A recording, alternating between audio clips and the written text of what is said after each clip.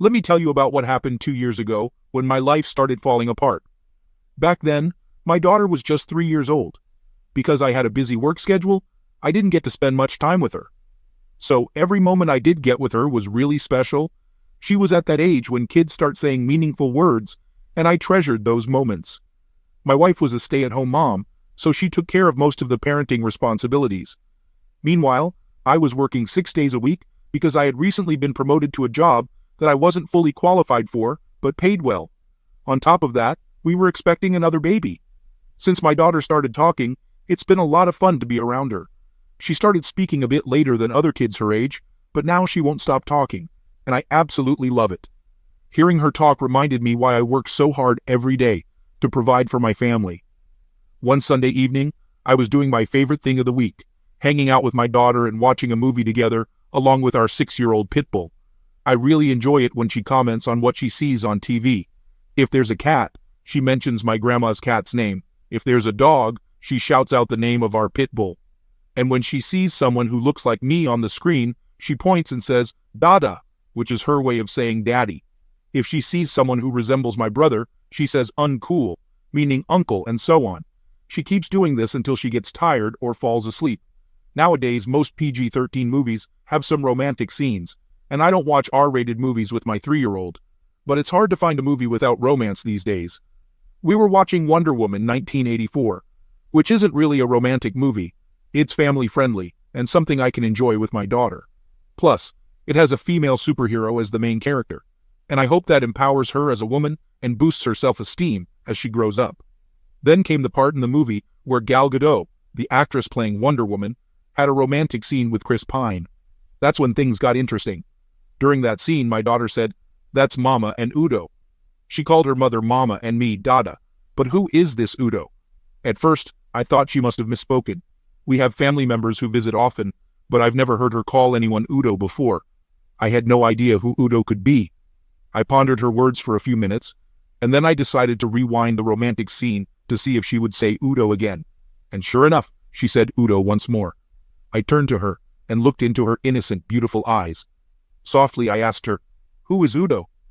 She pointed to the ceiling, which didn't make any sense to me. I thought maybe she was pointing to God or something.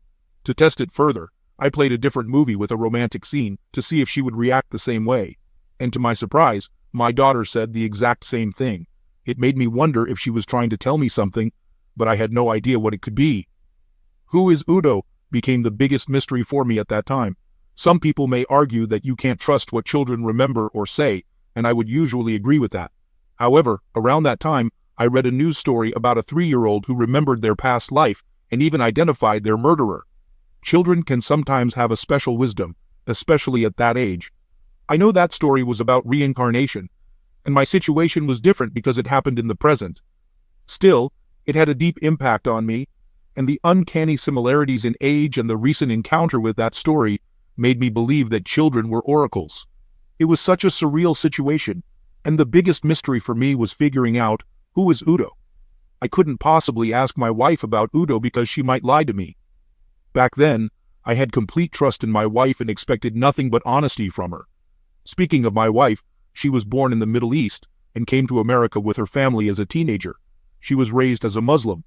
My parents also migrated from the same country as hers, but I was born here in the U.S. We were introduced through family connections, so our marriage had strong family support. We both identify as Muslims, but we're not extremely religious. We observe Islamic traditions and festivities and attend mosque on Fridays. Sometimes my wife wears a hijab, but it's her choice, and I don't ask her to do it. Honestly, I don't really mind either way.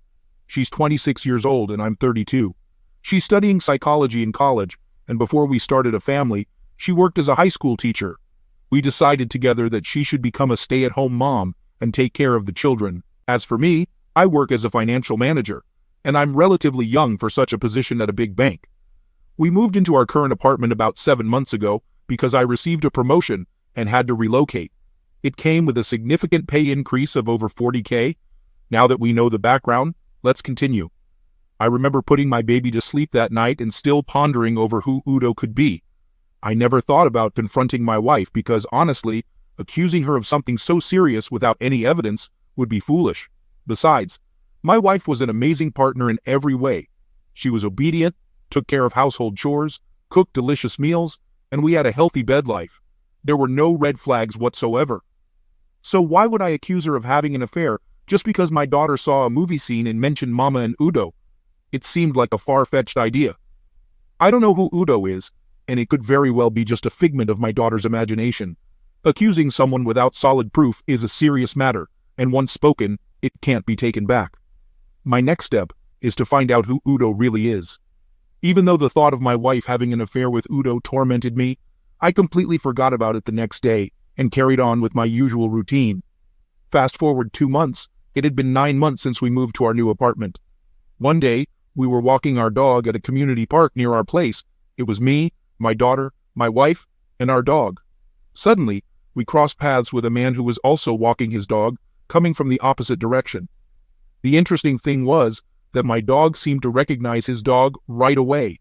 Both dogs acted like they knew each other, and my dog started running toward the stranger and his dog. I quickly pulled on the leash to stop my dog. I glanced at my wife, and she was trying her best to ignore what was happening, avoiding eye contact and looking straight ahead. When my daughter saw the man, she called out, "Udo! Udo!" She called him with the same familiarity she would use for any of my relatives that she knows. But the man reacted differently. It was as if he didn't know her at all. He ignored us and continued walking, dragging his dog away, acting like a complete stranger who didn't recognize any of us. I made eye contact with the man, politely smiled at him, and he smiled back before continuing on his way. It was such a strange experience that left me needing an explanation. There was an awkward energy surrounding us. Even though the encounter with this stranger lasted only a few seconds, it felt much longer. I looked at my wife again, and she was still looking straight ahead, as if she hadn't noticed what had just happened. I asked her who the man was and if we knew him. She responded dismissively, saying he was just an upstairs neighbor, as if she barely knew him. I responded by questioning how our daughter knew his name if he was just an upstairs neighbor. My wife explained that the man had a habit of letting his dog off the leash, and his dog would come looking for our dog. They had interacted several times, and he would greet our daughter. It seemed like a reasonable explanation, right? But there was one thing that bothered me. Remember, 2 months ago when my daughter saw a romantic scene in a movie and called out Mama and Udo? That same Udo is the person my daughter just called out to, who turned out to be our neighbor. Coincidence? I don't think so. And when I asked my daughter who Udo was back then, she pointed to the ceiling. Strange, isn't it? Now my wife has confirmed that Udo is indeed an upstairs neighbor. This can't be just a coincidence. Something is going on here, and I was determined to find out what it is. My wife was acting oddly and being secretive. I never thought she would lie to me, and I hadn't caught her in a lie before, but there was a suspicious feeling in the air. We walked in silence for the rest of our walk after the encounter with Udo. I started thinking about all the what-ifs, and how my life would be turned upside down if my wife was really having an affair. The idea of my wife being close with another man disgusted me. Even though the evidence was only circumstantial, I felt repulsed by the thought. Before we reached our apartment, my wife noticed my awkwardness and asked me what was going on. I simply replied with nothing and remained silent, lost in my thoughts. When we got home, I abruptly asked my wife the name of the man we encountered. She seemed upset and claimed she didn't know. The sudden question surprised her, and I could tell she sensed that I suspected something, but it wasn't the right time to confront her. I was determined to gather evidence. That's all I could think about the next day. Where there's smoke, there's fire, right? I went online in search of answers. I found forums where I could share my story and document it so I wouldn't keep it all bottled up inside. Plus, I hoped to find support, and maybe someone who had gone through a similar situation and knew how to find out if my wife was having an affair with Udo. Perhaps someone would tell me I was just being paranoid and risking my marriage for no reason. The first thing I needed to find out was the real name of the guy. If his name wasn't actually Udo, maybe Udo was just his dog's name. In that case, my suspicion would fall apart because it's impossible for Mama to be romantically involved with a dog. I also realized that I shouldn't take my daughter's words too seriously. She's only a 3-year-old, and her imagination can run wild. People on the forum suggested hiring a private investigator to uncover the upstairs neighbor's identity. I couldn't go snooping through his mail or follow him myself due to my busy schedule. Taking time off work to track his movements and find out his profession seemed tempting, but hiring a private investigator would be more convenient, less expensive, and emotionally draining. I found a private investigator online who specialized in infidelity cases. I provided him with the gate code to my apartment and explained my schedule. His first task was to discover the neighbor's name, where he worked, his schedule, and his relationship with my wife. The first week of investigation was stressful. I had to act normal around my wife and go about my daily routine as if nothing was happening. I wanted her to let her guard down and not suspect anything. I made sure to stay at work longer than usual. It was important for me not to harbor any hate towards my wife at this stage. I was still in the process of finding out the truth, and everything was based on speculation and circumstantial evidence. After a week, I met up with the private investigator at a prearranged spot to hear his report. He informed me about the man's findings. He discovered that the man's first name is Hugo, but for obvious reasons, I can't disclose his full last name. Hugo is 36 years old. The investigator shared that Hugo is recently divorced and has 2 kids. He shares custody with his ex-wife, who got the house in their divorce settlement. That's why he's living in our apartment. Hugo has a girlfriend and is into fitness. The investigator revealed that Hugo works as a logistics manager at a distribution company. He has several employees under him, most of whom are female. The investigator presented me with a folder containing pictures of my wife and daughter at the dog park, sitting on the same bench as Hugo while their dogs played around. According to the investigator, their interaction appeared friendly, but he didn't witness any physical contact or signs of affection. So far, things were not looking good for my wife. It was troubling to see my wife lying about not knowing him or his name when there were multiple photos of them chatting together. Now, I had strong reason to believe that my daughter was right all along. Hugo sounded a lot like Udo. The most disturbing part was the possibility that my daughter may have witnessed something inappropriate between them. It still bothers me to this day. We have never engaged in such acts in front of our daughter, not even when she was just a few months old. We've always kept our displays of affection private. Even though I would describe our bed life as healthy, we aren't the affectionate type outside of the bedroom. The private investigator asked if I wanted him to continue, and I decided to retain his services for 2 more weeks to see if he could uncover any further information. To be honest, I wasn't entirely sure what else I wanted him to find out. There was no way he would catch my wife and Hugo publicly displaying affection unless it was happening in my apartment or his. But I was encouraged by the initial debriefing and wanted to dig deeper. During the debriefing the following week, the private investigator observed that Hugo seemed to be involved with multiple women. He witnessed him going out with 3 different women, 2 of whom were his employees working under him, which is a violation in most companies. However, the investigator didn't discover anything new about my wife, apart from the fact that she hangs out with Hugo at the park along with our daughter. In the 3rd week, I asked the investigator to look into those women Hugo was having affairs with and find out if they were married. He found that one of them was married with children, while the marital status of the other woman was single. He couldn't gather any information about the 3rd woman. At this point, I started thinking that Hugo is a terrible person. He's sleeping with other people's wives and abusing his authority at work. Moreover, it's highly likely that he's also ducked my wife. I needed more evidence to confirm if Hugo is having a relationship with my wife. I already had proof of my wife lying, but I wanted to know if she was putting my health at risk and potentially jeopardizing the paternity of our child. The investigator provided me with a hidden camera to install in our house, including our bedroom, along with instructions on how to monitor it remotely. In the 1st week, I didn't see anything suspicious, no signs of Hugo coming to my apartment. The 2nd week yielded the same result. I started considering giving up on the surveillance before my wife discovers the camera. She cleans the entire house every day, making it difficult to maintain its hidden position. I could confront her based on the evidence I already had and file for a divorce, citing her emotional affair as the reason. However, the evidence of infidelity is weak since I only have proof of her lying to me. I could mention what our daughter said, but my wife would deny it, and I don't want to put any strain on their relationship. It's possible they are engaging in their activities at Hugo's apartment, where I wouldn't be able to capture any evidence. There's no way the private investigator could just camp out on the stairs of our apartment building, watching my front door all day. I was ready to throw in the towel, but I couldn't give up now. I decided to give it 1 more week, and boy did it pay off. It was a roller coaster of emotions as I watched the evidence unfold. I felt a wave of sadness and humiliation, but also a sense of relief that this agonizing 4-month ordeal was finally coming to an end. It had been a whole 11 months since we moved into this apartment. My daughter turned out to be right all along. She had told me about it 4 months ago, and now I finally caught my wife in the act. Let me share what I witnessed on camera after I left for work.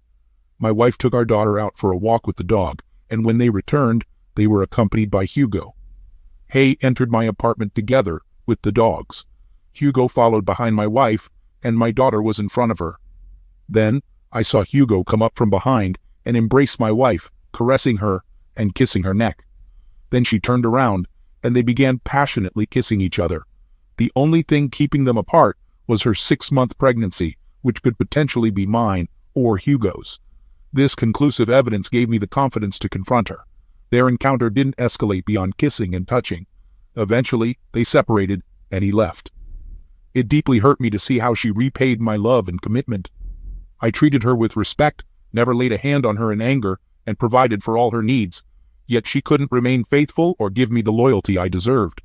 Her actions endangered my life by engaging in an affair with a man who had multiple partners, putting me at risk of life-threatening STDs. She betrayed the sole provider for our family. She behaved like a dog and should face the consequences of her actions. It was time to have a serious conversation with her. When I arrived home, I confronted my wife about her relationship with Hugo. She initially denied knowing what I was talking about and acted oblivious. However, the fear in her eyes revealed the truth she was hiding deep inside. Her secret was no longer concealed. I presented her with the pictures of her and Hugo together in the park. It was at that moment she finally admitted to knowing him, but she didn't want me to find out because she feared I would suspect something was going on between them. She kept lying, insisting that they were just talking and nothing inappropriate had occurred. That's when I revealed the existence of the hidden camera, leading to her cries of shock and embarrassment. Initially, I didn't feel angry or overly emotional because I had shed countless tears over the past 2 months. She fell to the floor, prostrating herself and begging at my feet. I asked her how long the affair had been going on, and she confessed that it started 2 months after we moved into the apartment. It had been almost a year since we relocated. Curiosity compelled me to inquire about how it all began. According to her, they met at the park and started chatting. He claimed to be a fitness trainer and had a small gym set up in his apartment. Since she was feeling bored at home, she went upstairs when he invited her, and that's how it all started. These are her words, not mine. It's been over a year since the confrontation, so I'm comparatively calmer now. However, the emotions are still raw, and I continue to feel the pain of my reputation being tarnished by this woman. Even to this day, it feels as though people are looking at me with disdain. There were tears from both of us, and she tried to beg me not to divorce her, saying it would bring disgrace to her and her family.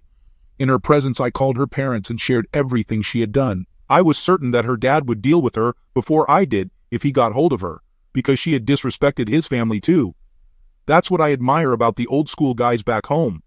I told my wife that she couldn't continue living with me in my apartment. I couldn't kick her out right away, especially since her name was on the lease. Plus, she was pregnant, though the paternity of the baby was uncertain. I informed her that she would be sleeping in a different room until I found her another apartment to rent. I agreed to cover the rent for 3 months while she searched for a job, and after that, she would be on her own. Some people might expect me to kick her out immediately, but it's not that simple.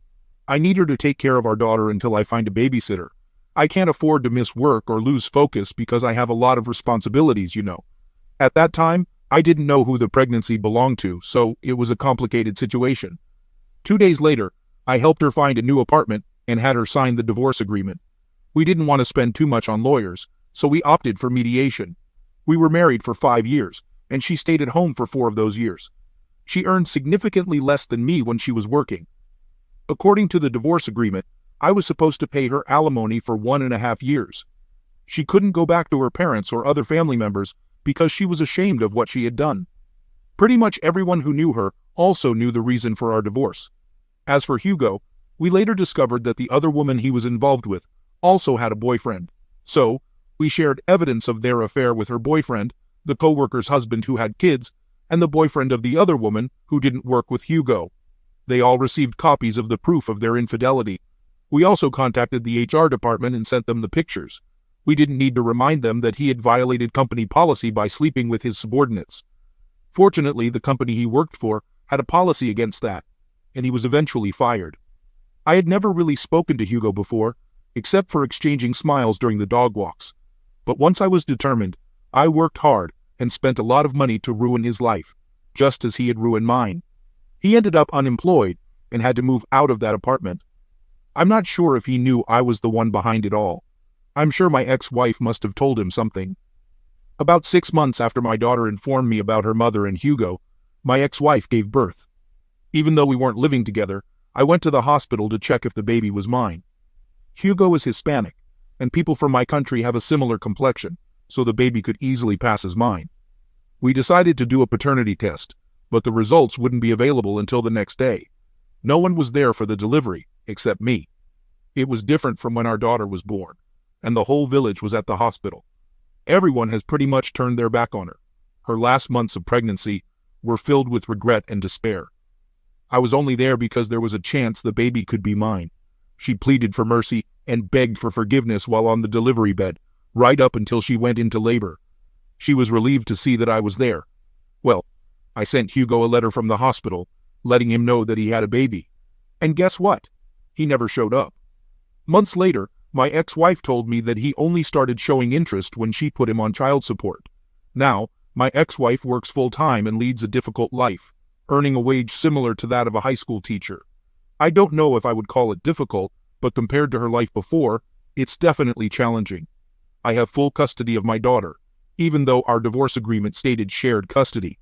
I have a full-time babysitter because I don't want my daughter staying at her rundown apartment. I don't want her to experience a difficult life. I earn enough and work too hard for her to live in such conditions.